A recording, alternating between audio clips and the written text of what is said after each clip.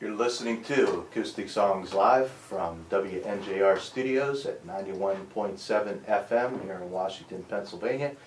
We have Jim Savarino here in the studio who's just getting tuned up and ready to play, and Chip Wallace behind the board manning the show and producing.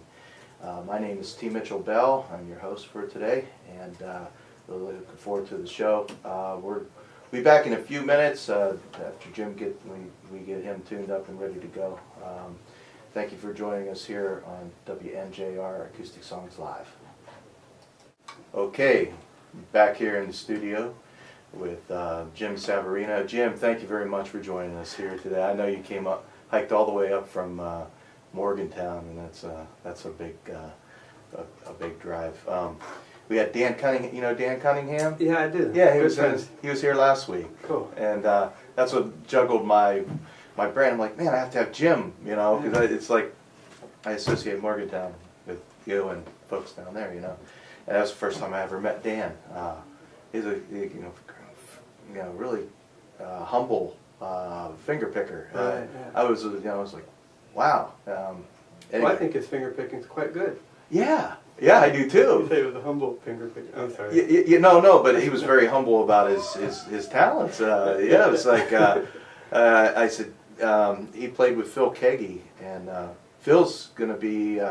Actually, I just saw Phil's going to be in Pittsburgh at Mount Limited Presbyterian Church. I'm giving a little plug to him, but he's an amazing player. I'm sure he is, and we're in a songwriting circle together down there in called Morgantown Area Writers Group. Oh, okay. So then this Cracker Stackwell must be involved in there too, I guess, huh? Yeah, some people have more time than others. No, I mean Gary. Gary's a little too busy. Yeah, okay. So, Jim, do you want to dig into a song for us right off the bat? This is Jim Savarino here on WNJR Acoustic Songs Live. Thanks a lot. I'm from West Virginia, so here's a little flavor of where I come from, called Don't Let the World Get You Down.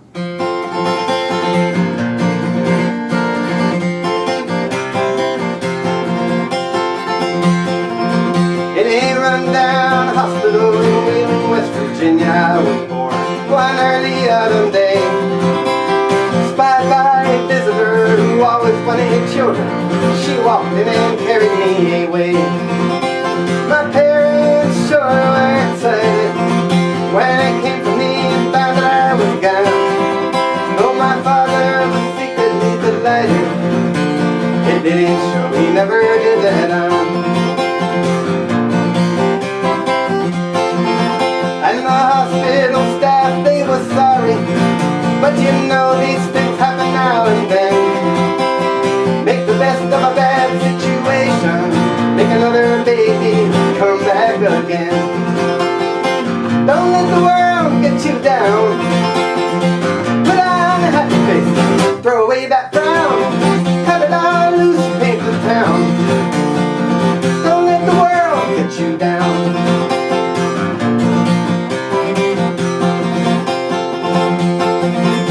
My childhood turned out pretty normal. My new mom always did her best, Yes, I grew up with a circus, moving town to town with every show. I learned to be a little clown, with a smile painted over my perpetual frown. But the audience never noticed now, they just smiled at my buttons and gown.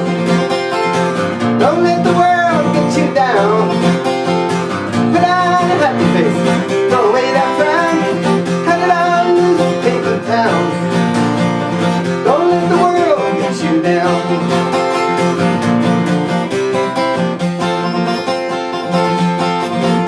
Well, 7 years later we played wheeling, when a face in the crowd stopped me cold. I stared in the eyes of my father. He looked like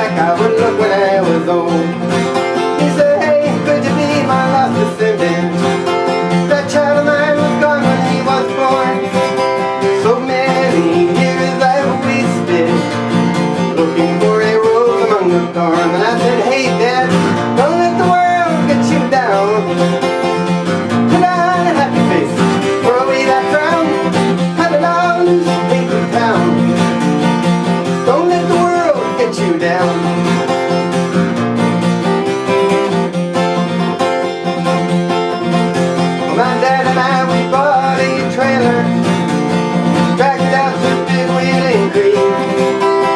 Most days we sit there fishing, helps us to think before we speak.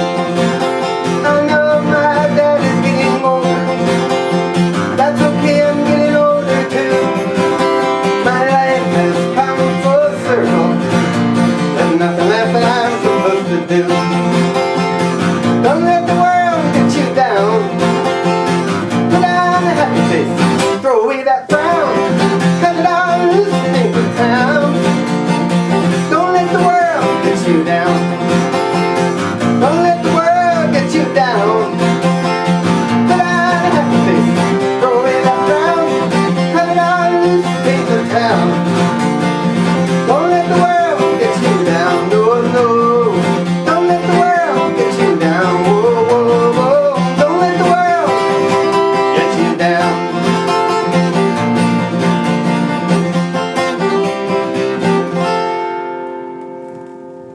Cool. Like I said, it's hard for me to not applaud when I hear like people come in and play on the show.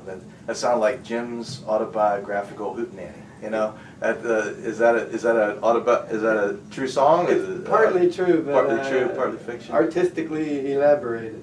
Yeah, a little license there. Yeah, that's cool. So I was reading your biography and looking online. You've done a lot of stuff. I mean, physics degree and a stint in the Marine Corps, right? Yeah, that's quite a long one. Yeah. So tell us a little bit about how you started out songwriting and music and how that came about, because you've done a lot of different things. Yeah. I'm a late comer to music. I was when I was in, because of the Marine Corps, I was a late comer to college, so I guess I've been late most of my life, as you saw today with the show. I made it, Yeah. but barely. And but I was at grad school at Purdue for physics, and I was in the graduate dorm, and a fellow came up one day and said, "Was that you singing in the shower today?" And I said, "Yeah," and I expected him to make fun of me, and he said, "Well, you really should be doing that in public, and I do an open mic, you come out, and if you don't play guitar, I'll play for you, find somebody if you can." I didn't play guitar at the time, so I did it, and it was sort of like got bit by the bug, but then almost as soon as I started, we had to stop because school got pretty hard, and then when I got out of school, I just started slowly pursuing it. So when did you join the Marine Corps? When was that? 1972, the day after high school. Wow. So Vietnam was still going on, and Wow.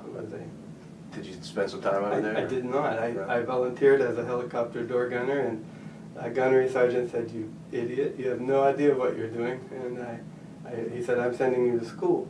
So I didn't. I served for 6 years, but I didn't go over there. That was right about. I know friends of mine that were graduating from high school about that time, and that was one of the things that was constantly weighing on their minds, right, whether or not they were going to get drafted. But I'm a little bit older.